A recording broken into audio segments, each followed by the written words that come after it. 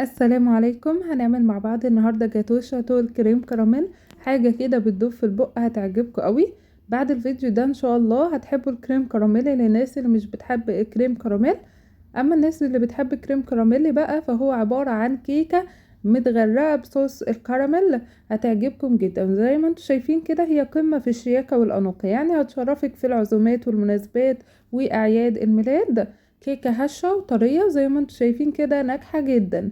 بعد الفيديو ده ان شاء الله هتكوني استاذة في عمايل الكيكة، عمرها ما هتهبط منك ابدا ولا هتبوظ، وهتكون هشة وجميلة زي ما انتم شايفين في الصور كده بالظبط. لو ركزتي في المقادير اللي هنقولها مع بعض النهاردة وبنفس الطريقة اللي هنعملها مع بعض النهاردة، هتاخدي كيكة ناجحة وممتازة. وبإذن الله هنعمل مع بعض كمان الجاتو شاتو الشوكولاتة والريد فيلفت والمانجا وكل الأطعم اللي احنا بنحبها. يلا بينا نبدأ وصفتنا. هنحتاج مع بعض طبق غويط هنحط فيه المكونات الجافة، وهي عبارة عن كوباية ونص من الدقيق. طبعا الدقيق بيكون منخول ويكون دقيق كويس جدا، يعني يكون جودته كويسة. حطينا كوباية ونص من الدقيق وهنحط عليها كيس كيك شيف اللي هو بتاع الكيكة، ده حقيقي ممتاز وبينجح الكيكة كويس جدا، يعني انا ما بستغناش عنه في عمايل الكيكة. وهنحط رشة من الملح. كده المكونات الجافة بقت جاهزة عندي، هقلبهم كويس جدا مع بعض وهبدأ اركنهم على جنب. هنعمل حاجة حاجة كده، جهزنا المكونات الجافة وبعدين هنبدأ بقى ندهن الصينية عندي برشة كده من الزيت. هدهنها كويس قوي، نخلي بالنا ان احنا ندهنها كويس قوي عشان لما نيجي نقلبها تتقلب معانا بقمة السهولة زي ما هتشوفوا معانا كده النهاردة. اي صينية عندك تقدري تستخدميها، انا استخدمت القالب ده، ممكن تستخدمي اي صينية عندك حتى لو مدورة او مستطيلة اي حاجة تقدري تستخدميها. اهم حاجة ان انت تدهنيها برشة كده من الزيت وبعدين ترشي عليها شوية من الدقيق كده، تعفريها بالدقيق عشان كده نبقى ضامنين ان هي بقت يعني الكيكة بتاعتنا نقدر نقلبها بسهولة، ما تمسكش معانا يعني في القالب. اي قالب هتستخدميه هتتقلب معاكي بسهولة، سواء ألمونيوم بقى، تيفال، اي نوع ان انت هتستخدميه. هنبدأ بقى نجهز المكونات السائلة. هي عبارة عن كوباية كبيرة من اللبن. اللبن يكون عادي بدرجة حرارة المطبخ يعني أو بارد. وبعدين هنجيب كيس كريم كراميل بتاع دريمي زي ما انتم شايفين كده. هنسيب الجزء اللي هو الكراميل ده اللي هو لونه اسود، وهناخد الكيس ده اللي هو ابيض ده وهنحطه على كوباية اللبن. وبعدين هنحط السكر. انا بكتفي الحقيقة بربع كوباية من السكر لان كريم كراميل هنا بيكون مسكر اصلا، ولكن تقدري تستخدمي نص كوباية، يعني هو بتاخد بالظبط حوالي نص كوباية من السكر، وانا بحب سكر مظبوط فبستخدم ربع كوباية، لكن الوصفة الاصلية نص كوباية. وهنبدأ بقى نضربهم كويس جدا في الخلاط لحد ما السكر والكريم كراميل يدوبوا. وبعدين هنبدأ بقى نفتح الجزء اللي فوق كده من الخلاط وهننزل بيه 3/4 كوباية من الزيت، خط رفيع كده، خط رفيع خالص من فوق كده زي ما فتحنا كده، وننزل خط رفيع لحد ما القوام بتاعي يتقل ويبدأ ان الخلاط مش قادر يتحرك معايا.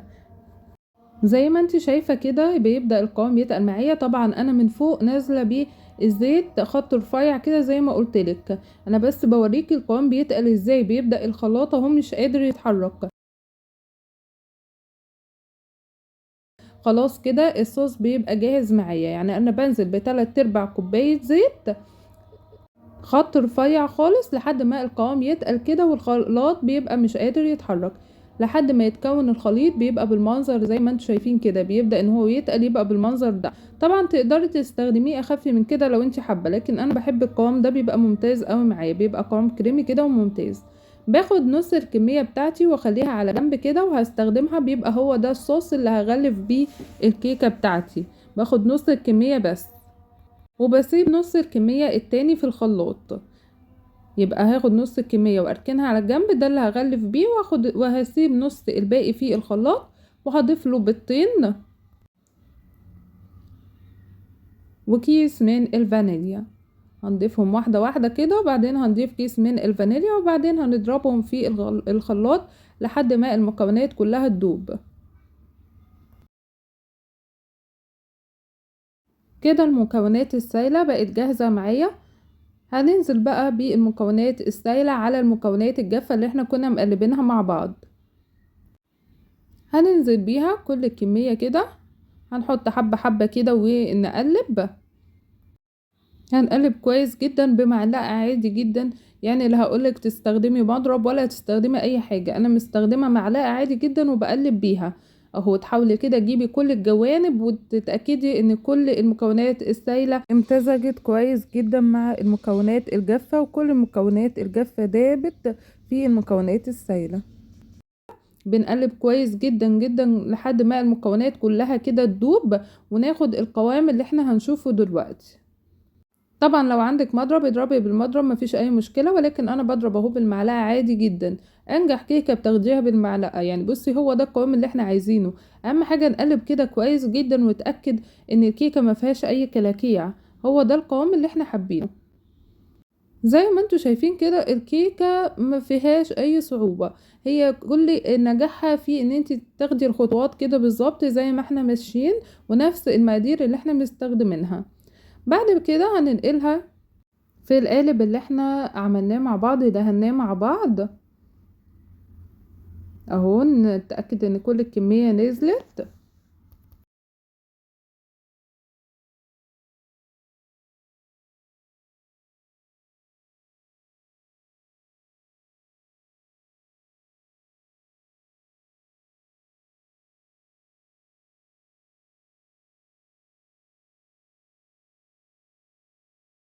وبعدين هنحركها كده عشان نتأكد ان هي كلها نفس على نفس يعني استوى كده على نفس الخط، ما يبقاش حتة نازلة وحتة طالعة. وبعد كده هنجيب خلة او ظهر معلقة زي ما انا ماسكة كده، ونعمل بيها اي حركات كده زي ما انتوا شايفين.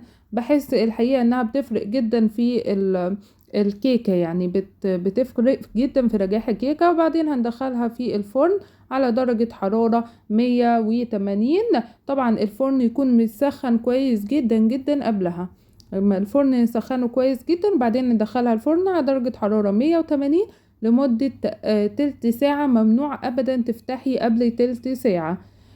وطبعا في الرف الوسطاني، على درجة حرارة 180 لمدة تلت ساعة، ممنوع تفتحي قبل تلت ساعة. بعد تلت ساعة بتبدأي تفتحي وتتأكدي انها استوت بالسكينة، بنغز كده السكينة فيها، لو طلعت من غير عجينة يبقى هي كده استوت. وزي ما انتوا شايفين كده طالعة معانا ناجحة جدا.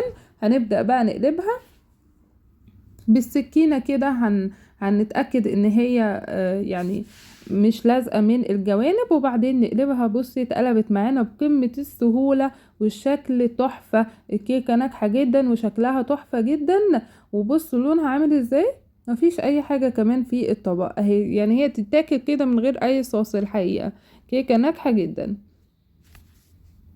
هتبقي استاذة في اعمال الكيكة من بعد الفيديو ده. الحقيقة انتي بس هتتبعي المقادير والخطوات، وطبعا التسوية ممنوع تفتحي قبل تلت ساعة. شايفين هشة ازاي؟ بصي جميلة جدا، هشة جدا وتحفة، يعني مش هتشتكي من اعمال الكيكة تاني لو اتبعتي الخطوات دي، هتبقي استاذة حرفيا. اهم حاجة تتأكدي من المقادير وطريقة التسوية، طبعا على درجة حرارة 180 في الرف الوسطاني زي ما قلتلك، عمرها ما هتبوظ منك ابدا. وممنوع تفتحي قبل تلت ساعة زي ما قلتلك، والفرن يبقى متسخن قبليها كويس جدا. هنبدأ بقى ندهنها بالصوص اللي احنا ركناه على الجنب ده. هنبدأ كده ندهنها كويس جدا من كل الجوانب بالصوص اللي احنا عملناه سوا. عايزة اقولك ان الصوص ده طعمه حرفيا تحفة. واحنا بندهن كده هاكد عليكي على شويه معلومات. اول حاجه انا عملت الكيكه ببيضتين بس، الوصفه الاصليه ممكن تستخدمي فيها 3 بيضات. انا بقى عايزه اقولك ان انت ممكن تستخدمي بيضه واحده عادي جدا، ولكن انا عملتها ببيضتين، وبحس ان هي كده افضل وبتبقى ناجحه جدا. برضو ممكن تستخدمي ربع كوبايه من السكر، وممكن تستخدمي نص كوبايه، يعني هي دي الفرق بس في المقادير. فمش هيحصل حاجة لو استخدمتي بيضة واحدة، مش هيحصل حاجة لو استخدمتي نص كوباية من السكر. ولكن المقادير اللي انا استخدمتها النهاردة ناجحة جدا وهتطلع مظبوطة معاكي جدا. الكيس بقى الاسود اللي احنا ركناه على جنب اللي هو الكراميل ده، هنبدأ بقى كده نعمل بيه اشكال كده عشوائية. زي ما انتوا شايفين كده هيطلع شكلها بالمنظر التحفة اللي احنا عاملينه ده. يعني اعملي بيها زوائي بقى زي ما انت عايزة. في صورة تانية انا حاطة مكسرات على الوش، ممكن تحطي اي حاجة انت عايزاها. وفي صورة كمان انا حاطة فيها فاكهة كده على الوش، حاطة فراولة. ممكن تحطي اي حاجة انت حباها، فواكه انت حباها. بصوا انا حبيت اوريكم منظرها من جوه هشة ازاي. كيكة ناجحة جدا، يعني هتدمنوها حرفيا. يعني زيني بقى حسب ما انت عايزة. انا مديكي افكار بالصور، اعملي اللي انت حباه. كده الجاتو شاتو بتاعنا بقى جاهز، تقدري تقدميه بالطريقة اللي انت حباها زي ما انا مقطعاه كده. وبألف هنا. هستنى رأيكم في التعليقات، وما تنسوش تعملوا لايك للفيديو لو عجبكم، وتشتركوا في القناة وتفعلوا الجرس عشان يوصلكوا كل جديد. وبألف هنا.